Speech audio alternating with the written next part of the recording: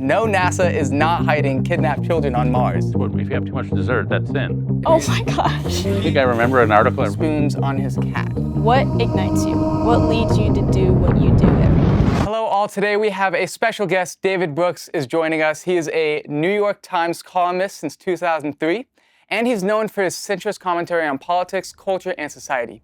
He's also a regular commentator in PBS NewsHour and has authored books such as How to Know a Person and The Second Mountain. Thank you so much for joining us. Today we're going to be playing a special game, Headline or Head Lie. The headline, you have to decide whether that is true or false. If it's false, you'll use the red side, head lie, and if you think the headline is true, then you'll use the green side, headline. Gotcha. So let's get started. So the first headline is, yes, Virginia, there is a Santa Claus. That is true. That's a headline. That's true. So that is down in the New York Sun in September 21 of 1897. The next one is 2019, the year of the wolves. Oh, that's it. Yeah. I'm going with true. I'm gonna go ahead lie. Do you have some inside information on this one? In 2018, he actually wrote this one. And can you tell us a little bit about what this article was about? I think I remember an article I wrote in 2018 or 19. Yes, it was about Vladimir Putin and some of the wolves around the world. So wolf was a metaphor, not literal. Okay, good. That's okay. Awesome, awesome. Now, New Jersey Zoo apologizes after painting stripes on donkeys to pass them off as zebras. I don't think they apologized. Do you think that did happen? Yes. That is also fake. That is also fake. So the next one is, no, NASA is not hiding kidnapped children on Mars.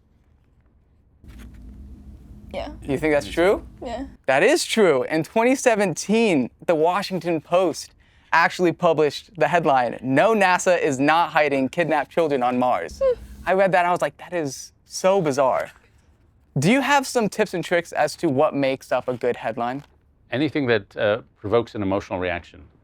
And it used to be my headlines were all like artsy, like the power of love. Now it's like, Democrats stink, or Republicans stink. Or like Sounds great. So anything to evoke an emotion and get people talking. And the internet has met it. It's got to be like practical. Yeah. What am I going to get out of this? Yeah. Do you think that has some similarities to what people do on YouTube, having clickbait, or to get people to click on the video or to read the article? Yeah, they'll do listicles. Gotcha. I'm not going to personally write that one, but Yeah, fair enough. Fair enough. The next one is, man breaks world record by balancing 347 spoons on his cat. His cat? Like the animal? On his cat, the animal. I'm gonna go opposing you. You're getting smoked by David here. He is right. That one is fake. The next one is, local man sues Weather Channel for ruining his picnic with accurate forecast. Yeah. me too. 100%. That one is fake. That one, in my opinion, was like one of the most believable because nowadays lawsuits can happen any which way. I thought that was going to be real. I think I was a little too overconfident on that. I think you misled me. I was doing so well until I was started trying listening to you. Yeah, I'm trying. The next one is, AI chatbot elected homecoming queen at small town high school.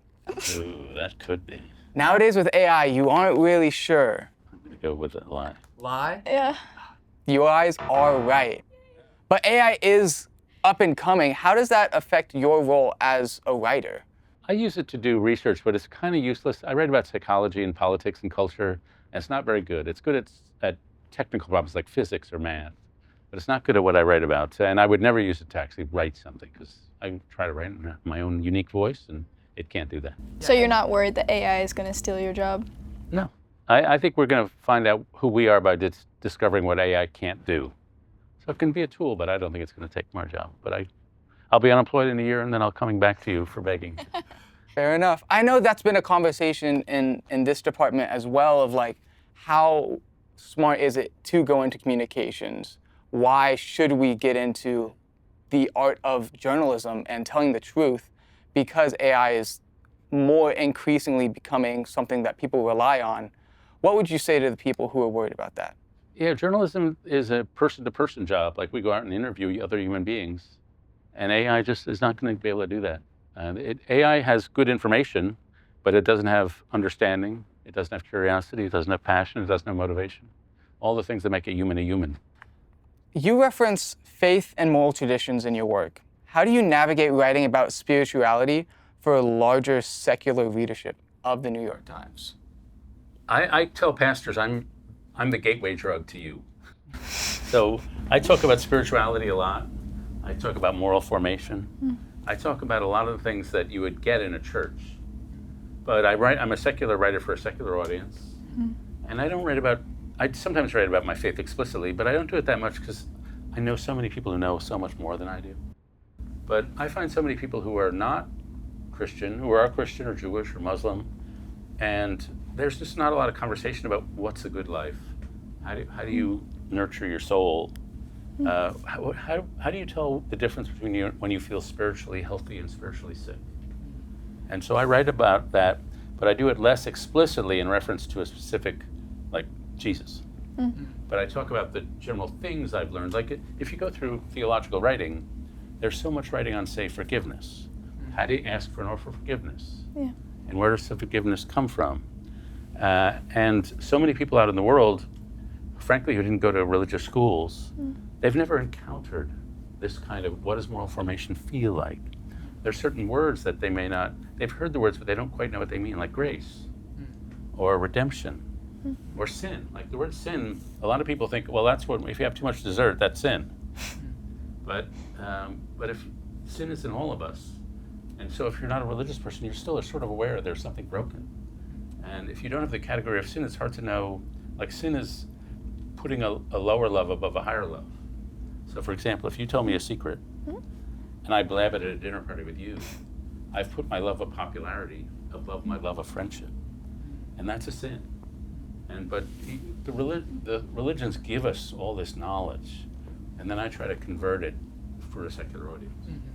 Because something in journalism that we learn a lot is specifically being unbiased in our writing. And that's something that when we publish our newspaper in The Accent is very important to us. How do you balance the need for wanting to share what you believe and why you believe it and trying to tell others about who Jesus is while still staying unbiased in nature and writing journalistically? Yeah, well, first, I'm an opinion journalist. Like, there are two kinds. There's the kind who are just straight up reporters. And if you're a straight up reporter, your job is to be curious, just open to whatever facts may be. And your only job is to say, here's what's going on here. Like, this is what's happening here. My job as an opinion journalist, I've almost always been an opinion journalist, is to wake up every morning with an assumption and conclude with a conclusion. I have a judgment here. And you may not like it, but hopefully it'll make you think. And so I'm not unbiased. My job is to be biased. But that doesn't mean I want to be partisan. I don't want to be always on Team Republican or Team Democrat. That's not thinking. That's just being a propagandist. So sometimes I say things that people on my own side hate because I'm trying to be honest, which is a little different than being objective. I have enjoyed having you on our little show, even if it's a little mini episode, but I've learned so much from you and just all your experiences. So we have one question that we ask everyone who comes. So what ignites you? What leads you to do what you do every day? So I read a book called Paddington the Bear when I was 7, and I decided I wanted to become a writer, and I've been writing almost every day since in the last 50-odd years. And I mean that literally every day. I get up every morning at 7. My wife used to think when we were married, she thought, oh, we're going to have some nice breakfast together. But I really don't talk to another human being until I've written 1,200 words. I used to wear a Fitbit, and it used to tell me I was asleep. I was napping in the morning. But I was just doing what God put me on this earth to do. And so I don't like writing. It's not pleasant. But I want to write because it's how I express myself. It's how I try to make a difference in the world. You write because you hope people will think you're clever. And you write because you like playing around with language, and you hope to have some influence somewhere. But some people, they just need to get up and do gardening. Some people, they need to care. They're nurses or whatever. And the one thing I would say I've learned about myself, I used to think I was writing because I liked writing. But I realized I'm just a teacher. That what I like best is when I learn something that somebody wise person told me, and I can share it with people. And if they find it helpful and they write it down, that's like my best thing. That's the best part of the career I'm in. And so it's not like I'm not an exciting person, but I just keep going with this thing I do. And it's become my way of being. So you see our nice shirts here? I do. Just because we like you that much, we want you to Okay. match with us.